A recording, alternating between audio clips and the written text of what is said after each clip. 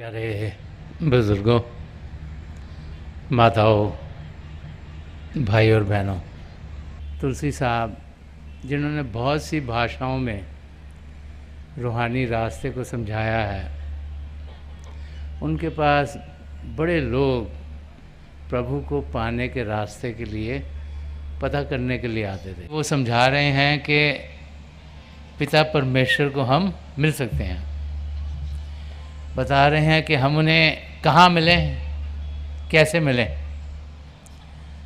वो ये भी समझा रहे हैं कि रास्ता हमें कौन सा अपनाना चाहिए जो कि हमें पिता परमेश्वर के पास ले जाएगा। और ये भी समझा रहे हैं कि हम कहाँ पर प्रभु को पा सकते हैं, कि वो आसमान में है कि दरिया के बीच में है, कि पहाड़ पर है, कि प्रभु को पाया जाए तो कहाँ पाया जाए, ये भी यहाँ पे समझाया गया है। तो अगर इस गज़ल को आप सही तरीके से समझ लेंगे तो फिर जो ज़िंदगी का मकसद है, अपने आप को सही रूप में जानना और पिता परमेश्वर को पाना, वो आपके लिए ज़रूर पूरा हो जाएगा। कौन सा रास्ता है जो आपके लिए ठीक है, ये आपकी समझ में आएगा। और जब उस रास्ते पर आप कदम बढ़ाओगे तो ज़रूर अपनी मंजिल तक आप पहुंच जाओगे। हम सब पिता परमेश्वर को जान सकते हैं, पहचान सकते हैं। सवाल ये उठता है कि ध्यान हमारा किस और है। बार बार महापुरुष समझा गए हैं कि जिस और हम ध्यान करेंगे हम वैसे बन जाएंगे।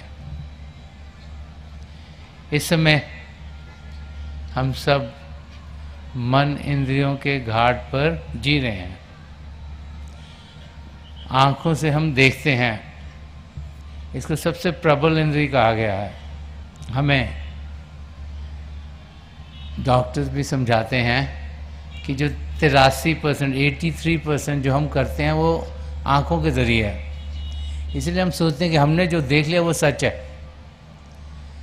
जो दूसरी इंद्रिय इसके बाद प्रबल है वो सुनने की है। 14% इंसान की जो एक्टिविटी होती है वो कानों के ज़रिए होती है, सुनने के ज़रिए।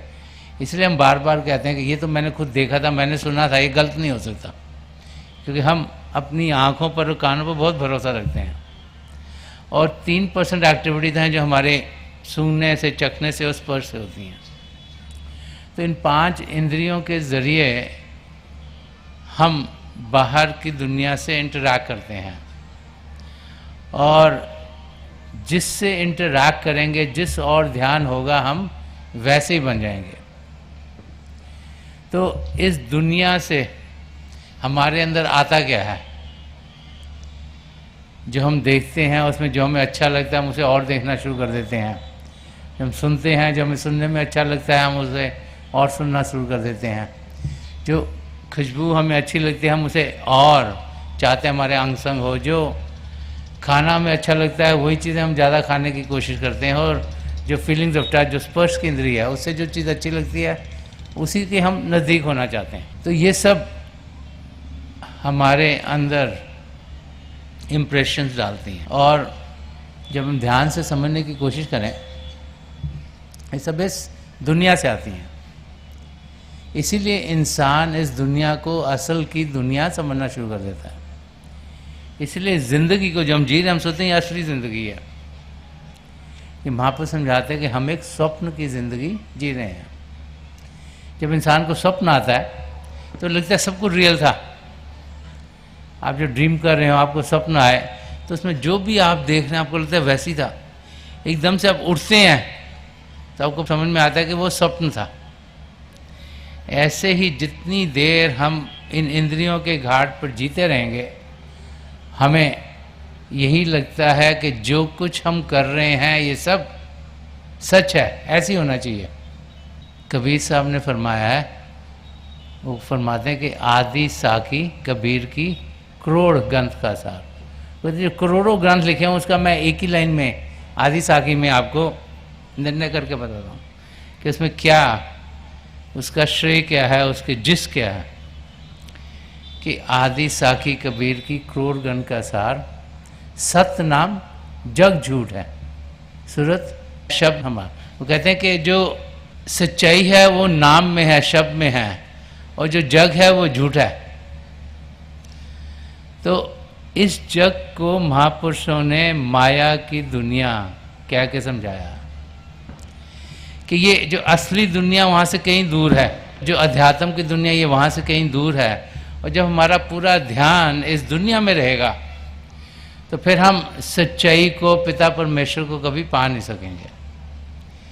तो पहले तो हमें ये अनुभव करना होगा कि ये दुनिया जिसमें हमारा ध्यान है, उसमें अगर ध्यान करेंगे तो हम प्रभु को कभी पा नहीं सकेंगे। और जो इम्प्रेशन हमारे अंदर आ रहे हैं, अगर वो सिर्फ इस दुनिया से ही आएंगे तो फिर हम असलियत की ओर कभी बढ़ नहीं पाएंगे। तो तुलसीदास फरमा रहे हैं कि दिल का हुजरा साफ कर, जाना कि आने के लिए। अगर तुमने पिता परमेश्वर को पाना है तो सबसे पहले दिल का हुजरा साफ कर। हुजरा वो जगह होती है मस्जिद में जो सबसे शांत होती है, जहाँ मौलवी जी जाके आराम करते हैं, सबसे शांत जगह। कि जो दिल के अंदर सबसे शांत जगह, वो क्या हुआ, हमारी आत्मा है,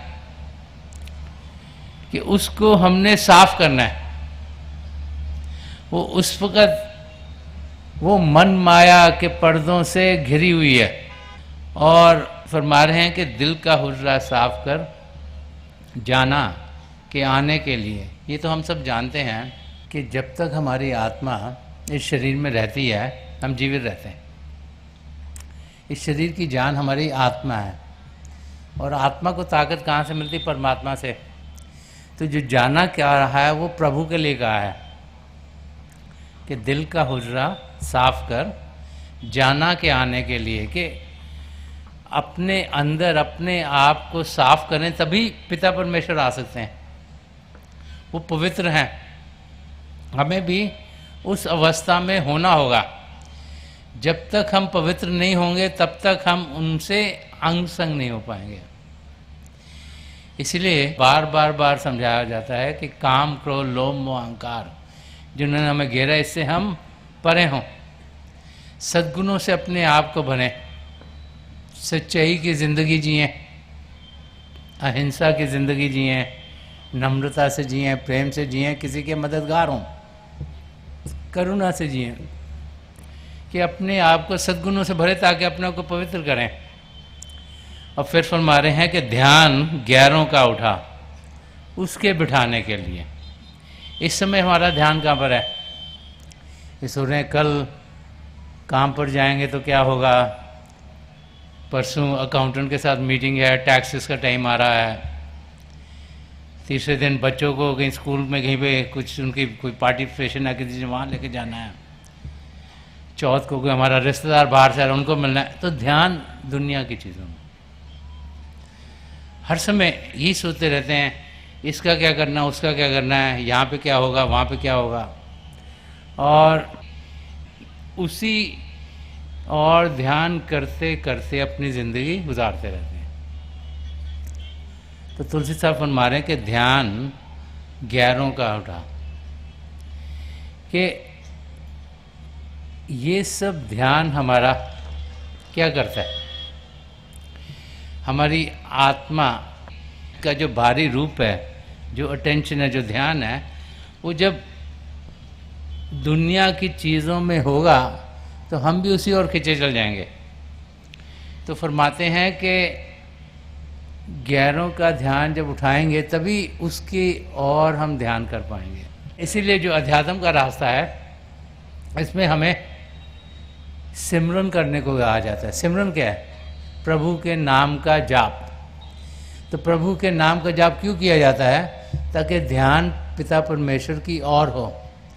और वो जाप ज़बान से नहीं किया जाता, क्योंकि ज़बान से करेंगे कानों को सुनाई देगा, ध्यान बाहर की ओर जाएगा। हमने ध्यान अंदर की ओर करना है कि प्रभु हमारे भीतर हैं, कहीं बाहर नहीं। तो जब मन ही मन करते हैं तो ध्यान प्रभु की ओर होता है और बाहर की चीज़ों से ध्यान हट जाता है। तो जो अभ्यास का तरीका है, जो कि अपने आप को जानने का तरीका है, उसकी तरकीब बता रहे हैं। शरीर को शांत करना बहुत आसान है। कोई ऐसी जगह ढूंढे जहाँ शोरगुल नहीं हो रहा, तो ये सुनने की इंद्रिय आसानी से अंदर को खिंच जाती है। अब जब हज़ारों की तादाद में हम बैठे, अगर हम अभ्यास करना चाहें, इसी समय अभ्यास कर सकते हैं।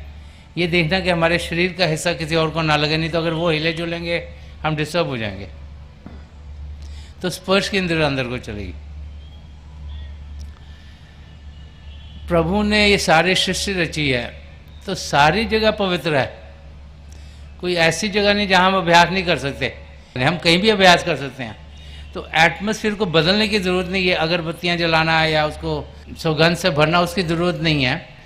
क्यों? नहीं तो इन नाक के जरिए ध्यान बाहर की ओर जाता है। तो जिस अवस्था में उसमें ही रहें, ताकि सूंघने की इंद्रिय अंदर को खिंच जाए। जब हम अभ्यास करें तो हम खाएं पिएंगे नहीं, तो चखने की इंद्रिय अंदर को खिंच गई, और आंखें बंद करेंगे तो देखने की भी इंद्रिय अंदर को खिंच गई। तो 5 इंद्रियों को अंदर करना बहुत आसान है। कोई भी जगह ढूंढें, शांत जगह हो, हम बैठ जाएं, आंखें बंद करें, तो 5 इंद्रियां अंदर को हो जाती हैं। होता क्या है, जैसे ही हम आंखें बंद करते हैं, हमारा मन जो नहीं चाहता कि हम अभ्यास करें, हमें कोई ना कोई विचार भेज देता है। कल क्या हुआ उसका विचार, कल क्या करना उसका विचार। कोई भी विचार आया नहीं, ध्यान विचार में जाएगा और हम अभ्यास नहीं कर पाएंगे। तो मन को शांत करने के लिए हम सिमरन करते हैं। मन ही है जिसकी ताकत हमें विचार भेजती है। जब हम मन को प्रभु की ओर लगा देते हैं, तो जब मन ही मन हम प्रभु के नाम का जाप करते हैं, उसका ध्यान प्रभु की ओर होता है, और उसमें फिर ताकत रहती नहीं कि वो हमें कोई विचार भेजे। उस अवस्था में हम अपने अंदर जो प्रभु के 2 जाति रूप हैं, ज्योति और श्रुति, उनका अनुभव करना शुरू कर देते हैं। तो यह तुलसी साहब ये जो तरीका है अभ्यास करना है, वो हमें समझा रहे हैं कि हमने अभ्यास कैसे करना है। उसका पहला स्टेप बता रहे हैं कि दिल का हुजरा साफ कर जाना के आने के लिए। संत कृपाल सिंह जी महाराज फरमाया करते कि ethical living is a stepping stone to spirituality, कि अपने अंदर सद्गुणों का होना एक पहला कदम है रूहानी रास्ते पर जाने के लिए। तो वही समझा रहे हैं कि हम अपने आप को पाक करें, साफ करें, पवित्र करें, और फिर जब हम अपने आप को सद्गुणों से भरते हैं, फिर हम अभ्यास के लिए बैठें। और जब अभ्यास के लिए बैठें तो देखें कि हम अपना ध्यान पिता परमेश्वर की ओर कर रहे हैं। जो अभ्यास करने का तरीका है वो यहाँ तुलसी साहब बता रहे हैं कि किस तरीके से हमें अभ्यास करना चाहिए अगर आप असलियत को पाना चाहते हो। और आगे फरमा रहे हैं कि कुदरती काबे की तू महराब में सुन गौर से, आ रही धुर से सदा तेरे बुलाने के लिए। कह रहे हैं कि एक तो हम इंसान हैं जो मंदिर और गुरुद्वारे और मस्जिदें ये बनाते हैं जहाँ हम जाके प्रभु की प्रार्थना करते हैं। वो कह रहे एक कुदरत ने भी मंदिर और प्लेसेस ऑफ वर्शिप और एक बनाया हुआ, वो क्या है, वो इंसानी चोला है कि कुदरती काबे की तू महराब में सुन गौर से, कि ये जो शरीर है इसे हरि मंदिर कहा गया कि इसमें प्रभु बसते हैं। ये प्रभु का मंदिर, इसको नर नारायणी देव भी कहा गया है कि इसमें आत्मा भी रहती है, परमात्मा भी रहता है। तो फरमा रहे हैं कि कुदरती काबा, एक कुदरत ने काबा बनाया हुआ है, एक कुदरत ने प्लेस ऑफ वर्शिप बनाई हुई है। ये जो प्रभु ने देन दी है, जो मानव चोला आपको दिया है, ये एक प्लेस ऑफ वर्शिप है। यही हमारा मंदिर है, यही हमारी मस्जिद है, यही हमारा सब कुछ है। इसमें हमें प्रभु मिलेगा कि कुदरती काबे की तू महराब में सुन गौर से। महराब होता है शिव नेत्र, इसको शिव नेत्र कहें, 10वां द्वार कहें, महराब कहें, सिंगल या थर्ड आई कहें, अलग अलग भाषाओं में अलग अलग नाम दिए हैं। कहने कि अपना ध्यान यहाँ पर लगा और यहाँ पर तेरे को अंदर से आवाज़, जिसको धुर की वाणी कहा गया है, वो तेरे को सुनाई देगी।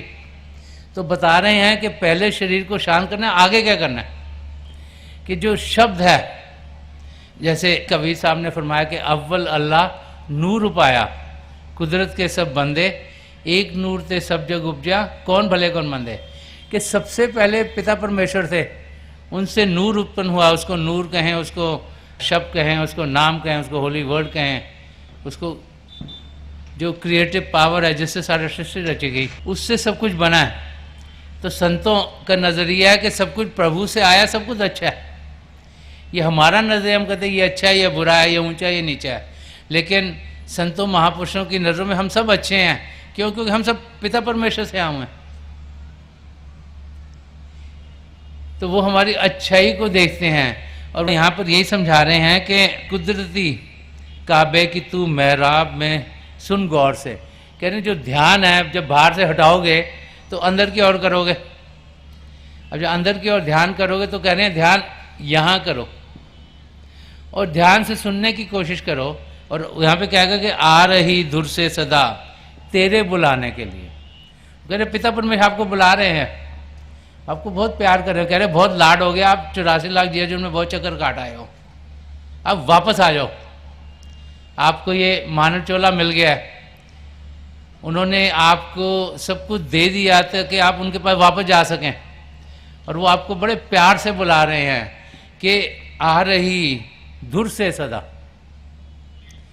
ये जो आवाज़ है पिता परमेश्वर धुर से आ रही, प्रभु से आ रही है। इसको धुर की वाणी कहा गया कि ये हमारे अंदर, इसी को शब्द कहा गया, इसी को नाम कहा, ये हर समय चल रहा है। ये वो नहीं कि जो टेलीविज़न होता है वो भी रात को कहीं ना कहीं बंद हो जाते हैं, रेडियो स्टेशन भी बंद हो जाते हैं। और आजकल तो बहुत सी चैनल चल रही हैं। तो एक प्रभु की चैनल है जो 24 घंटे चलती है, 365 दिन साल के चलती है, साल ब साल चलती रहती है। और वहाँ से ये मधुर मधुर आवाज़ हमें बुलाने के लिए आ रही है, बड़े प्यार से बुला रही है, हमें बुला रही है कि हम उसके साथ जुड़ें। और कह रही है कि अगर तुम मेरे साथ जुड़ोगे तो तुम वापस प्रभु के अंग संग होगे और 84 लाख जिया जो उनसे तुम्हें छुटकारा मिल जाएगा।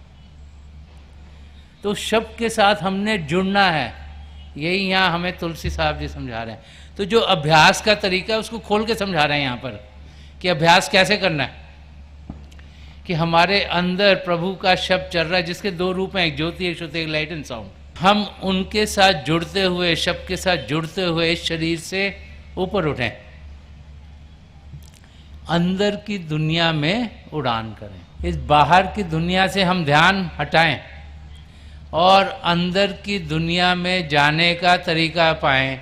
और अंदर की दुनिया में जाना है तो यहाँ शिव नेत्र पर 10वें द्वार पर एकाग्र होना पड़ेगा, ध्यान यहाँ पे टिकाना होगा, तभी हम अपने सदगुरु की मदद से अंदर की दुनिया में जा पाते हैं। तो यहाँ पे तुलसी साहब यही समझा रहे हैं कि हम यहाँ ध्यान टिकाएं। वो कह रहे हैं कि कुदरती काबे की तू मेहराब में, मेहराब 10वां द्वार जो है शिव नेत्र है, मैं सुन गौर से, आ रही दूर से सदा तेरे बुलाने के लिए। कि अंदर में जो प्रभु का शब्द है वो चल रहा है, प्रभु का नाम चल रहा है, उनकी ध्वनि है, उसके साथ जुड़ और वो तेरे को अपने आप उसके साथ जुड़ेगा। तो जिस से हम यहाँ वापस आए हैं, इस धरती पर आए हैं, फिर हम वापस अपने निज धाम जा पाएंगे। तो जो प्रभु के शब्द के साथ जुड़ना है, जो ये पिंड का देश है जिसमें हम दे रहे हैं, इसे आगे अंड का देश, ब्रह्मांड का देश, पार ब्रह्म का देश, सच्चिदानंद का देश है, जो हमारे भीतर हैं, उनमें जाने का तरीका हमें यहाँ तुलसी साहब समझा रहे हैं। और आगे फरमा रहे हैं, तो फरमा रहे क्यों भटकता फिर रहा तू ए तलाशे यार में। कह रहे हैं पर्पस तो जिंदगी का यही है ना, प्रभु को पाना है, बाकी तो सब बाहर की चीज़ें हैं। नौकरी पे जाना, बच्चों को पालना, घर का ख्याल करना, ये सब वो कह रहे हैं ये तो इस दुनिया में जीने के लिए हमें करना पड़ता है। लेकिन हम आए किस लिए हैं? हम इसलिए तो नहीं आए कि हम यहाँ पे पैदा हों, पढ़े लिखें, उसके बाद नौकरी करें, शादी करें, हमारे बाल बच्चे हों, उनको पढ़ाते लिखें और फिर चल बसें। कि हम सबका कोई मकसद है, और वो मकसद है पिता परमेश्वर को पाना, आत्मा का मिलाप परमात्मा से करवाना। तो इसलिए कह रहे हैं कि क्यों भटकता फिर रहा तू ए तलाशे यार में। हमारा वो यार है, यारों का भी यार है, दोस्तों का भी दोस्त है, पिता परमेश्वर को हमने पाना है, उसी के लिए हम इस धरती पर भेजे गए हैं। उसीलिए प्रभु ने हमें मौका दिया, नहीं तो हमारी आत्मा क्या पता कीड़ी में होती, क्या पता हाथी में होती, क्या पता शेर में होती, क्या पता सांप में होती, कहीं भी हो सकती थी। 84 लाख जिया जून में किसी भी योनि में हमारी आत्मा जा सकती थी, लेकिन वो प्रभु को हम पर दया आ गई, उन्होंने कृपा की और हमें ये चोला दिया, इस अवस्था में पहुंचाया कि हम उन्हें जान सकें, पहचान सकें। तो फरमा रहे हैं कि क्यों भटकता फिर रहा तू ए तलाशे यार में। तो हम इस दुनिया में आके करते क्या हैं? हम कहते फिजिक्स भी पढ़ लो, केमिस्ट्री पढ़ लो, मैथमेटिक्स भी पढ़ लो, स्पेनिश भी सीख लो, आजकल बड़ी पॉपुलर हो रही है। दुनिया की जानकारी के पीछे पड़े रहते हैं। तो समझा रहे हैं कि जानकारी किसकी करनी है? प्रभु की। अगर वो नहीं की तो ये जीना बेकार है, फिर से 84 लाख जिया जून में हम चले जाएंगे। ये प्रभु ने मौका दिया है हमें वापस जाने का। अगर हमने इस मौके का फायदा उठा लिया तो हम जिस देह से यहाँ भेजे गए हैं वो देह पूरा हो जाएगा। लेकिन अगर हमने इस मौके का फायदा नहीं उठाया तो क्या होगा? इस जिंदगी के बाद फिर 84 लाख जिया जून में हमारी आत्मा भटकती रहेगी। तो उसके लिए करना क्या है? कह रहे हैं कि क्यों भटकता फिर रहा तू ए तलाशे यार में। जैसे और जिसको मस्ट डियर कहते हैं, हिरन है, कस्तूरी का हिरन। तो कस्तूरी के हिरन के अंदर से कस्तूरी निकलती है, उसकी खुशबू बड़ी अच्छी होती है। तो जब हिरन वो खुशबू को सूंघता है तो वो ढूंढना शुरू करता है कहाँ से आ रही है। तो कभी वो यहाँ पे भागता है उसको ढूंढने, कभी वहाँ भागता है, कभी वहाँ भागता है, कभी वहाँ भागता है। उसको समझ में नहीं आती कि खुशबू उसके भीतर से आ रही है। हमारी हालत है, भूल जाते हैं कि प्रभु हम सबके भीतर है, हमारे अंदर है। यहाँ पे ये समझा रहे हैं कि क्यों भटकता फिर रहा तू ए तलाशे यार में। कभी यहाँ पे भागता है, कभी यहाँ भागता है, कभी वहाँ भागता है, कभी यहाँ भागता है। तो यहाँ पर तुलसी साहब फरमाया क्यों तू भटक रहा है? कभी इधर सवाल पूछता है, कभी वहाँ सवाल पूछता है, कभी वहाँ सवाल पूछता है, कभी वहाँ सवाल पूछता है। फरमा रहे कि रास्ता शारग में है दिलवर पे जाने के लिए। वो कह रहे रास्ता क्या है? सुषुम्ना नाड़ी में। शारग किसको? सुषुम्ना नाड़ी को कहा जाता है। 3 रास्ते थे, ईड़ा, पिंगला और सुषुम्ना। एक लेफ्ट, एक राइट, एक मिडल वे, एक खब्बा, एक सजा और बीच का ईड़ा और पिंगला। लेकिन जो सही रास्ता है प्रभु को पाने का वो तुलसी साहब में वो सुषुम्ना नाड़ी में है। तो फरमा रहे हैं कि रास्ता शारग में है दिलवर पे जाने के लिए, कि इधर भागने की जरूरत नहीं, उधर भागने की जरूरत नहीं, रास्ता तुम्हारे अंदर है, जिसको सुषुम्ना नाड़ी कहा जाता है। जो हम यहाँ से जाते हैं तो अंदर भी कई रास्ते हैं, जो बीच का रास्ता है वही संत मत का रास्ता है, वही संतों महापुरुषों का रास्ता है। उसी की बात यहाँ तुलसी साहब जी महाराज फरमा रहे हैं कि हम यहाँ ना भागें, वहाँ ना भागें, वहाँ ना भागें, अभ्यास करें, शरीर को शांत करें, मन को शांत करें। और जो मिडिल वे है, जो शारग है, जो सुषुम्ना नाड़ी का रास्ता है, उसको अपनाएं, तब हम सचखंड तक पहुँच पाएंगे। नहीं तो अगर ईड़ा में चले गए और पिंगला में चले गए तो हम ये नीचे ही रुक जाएंगे और निचले के मंडलों को ही सोचेंगे कि हम पहुंच गए हैं, लेकिन हम उनमें फिर से गुम जाएंगे। तो समझा रहे हैं कि कौन सा रास्ता हमने अपनाना है। अगर प्रभु को पाना है तो सुषुम्ना नाड़ी का रास्ता जो प्रभु तक जाता है, उस रास्ते पर हमें जाना होगा। ये जो अंदर का रास्ता है ये आत्मा की उड़ान का रास्ता है। संदर्शन सिंह जी महाराज ने फरमाया कि खाक से ताबा क्या कशा, हमने तो जब किया सफ़र, इश्क मिला कदम कदम, हुस्न मिला नज़र नज़र। वो कहते जब मैं ये खाक, ये ज़मीन, ये धरती, ये बाहर की चीज़ें, मिट्टी की जो बनी है, खास क्या कशा जो अंदर के चिदाकाश हैं, कि कहते हैं जब मैं इस शरीर से ऊपर उठा और अंदर की दुनिया में बढ़ा, कि इश्क मिला कदम कदम, हुस्न मिला नज़र नज़र, कि जो अंदर की दुनिया है वो प्यार से भरपूर है, और जो अंदर की दुनिया है उसमें और खूबसूरती, और खूबसूरती, और खूबसूरती। जैसे जैसे चेतनता बढ़ती जाती है वैसे वैसे चीज़ें, क्योंकि जो पर्दे हैं मन माया के, जब वो हटने शुरू हो जाते हैं तो हम अपने आप को अपने जो ओरिजिनल स्टेट है उसमें पाते हैं, और उसमें फिर और खूबसूरत, और खूबसूरत, और खूबसूरत सब कुछ हमें दिखना शुरू होता है, वही हम अनुभव करते हैं। तो यहाँ पे ये फरमा रहे हैं कि रास्ता शारग में है दिलवर पे जाने के लिए। और अब ये बता दिया कि तरीका क्या है। अपने आप को सद्गुणों से भरो, अभ्यास करो, शरीर को शांत करो, मन को शांत करो, ध्यान पिता परमेश्वर की ओर करो, सिमरन करो, फिर ध्यान अंदर की दुनिया में जाओ। अब जाओ कैसे? ये तो थ्योरेटिकल पता लग गया ना कि भाई क्या करना क्या है, अब करें कैसे। वो समझा रहे हैं, मुर्शिद कामिल से मिल, सिद्दक और सबूरी से तकी।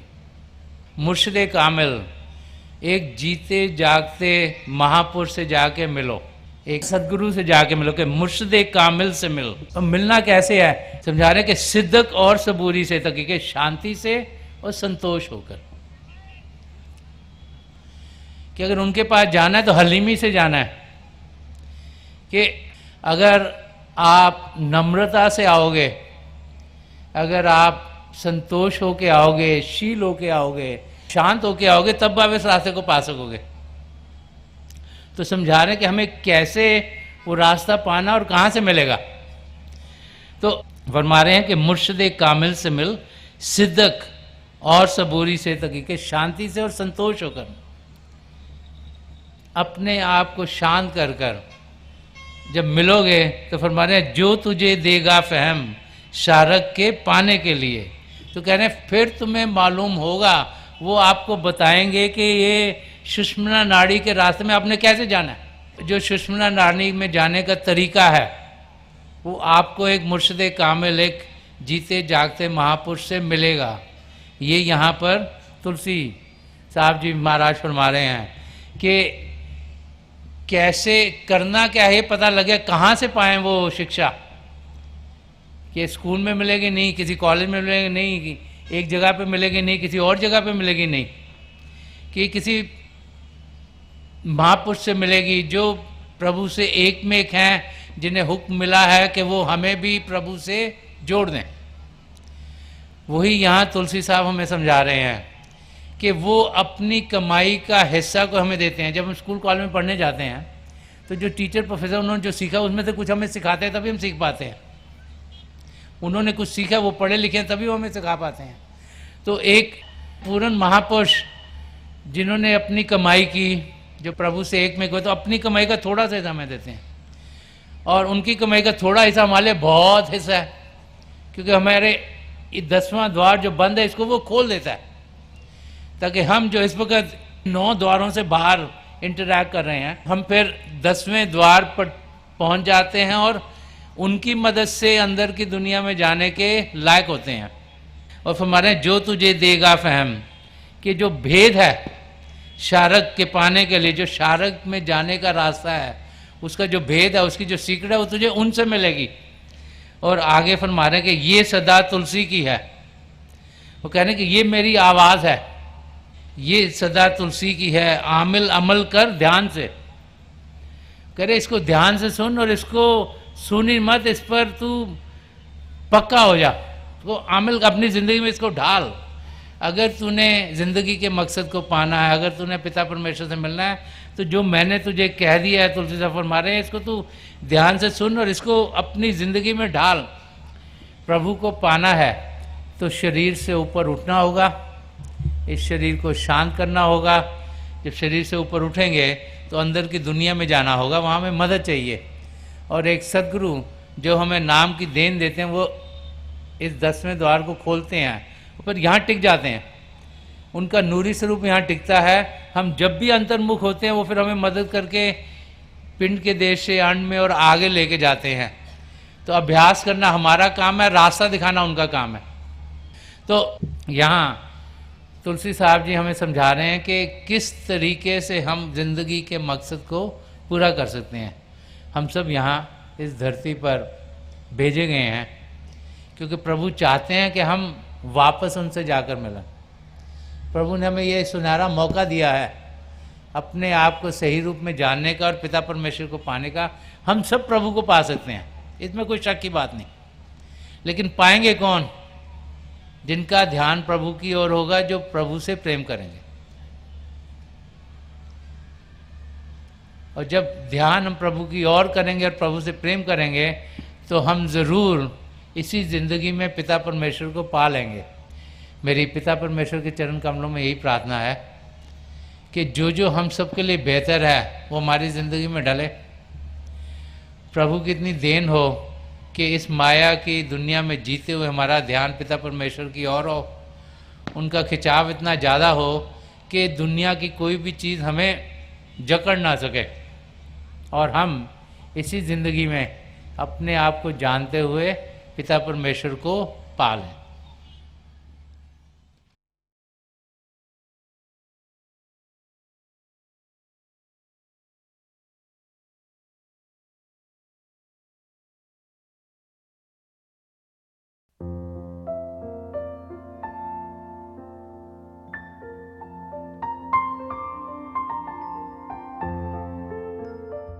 तो थोड़ी देर के लिए हम सब अभ्यास के लिए बैठ जाएं।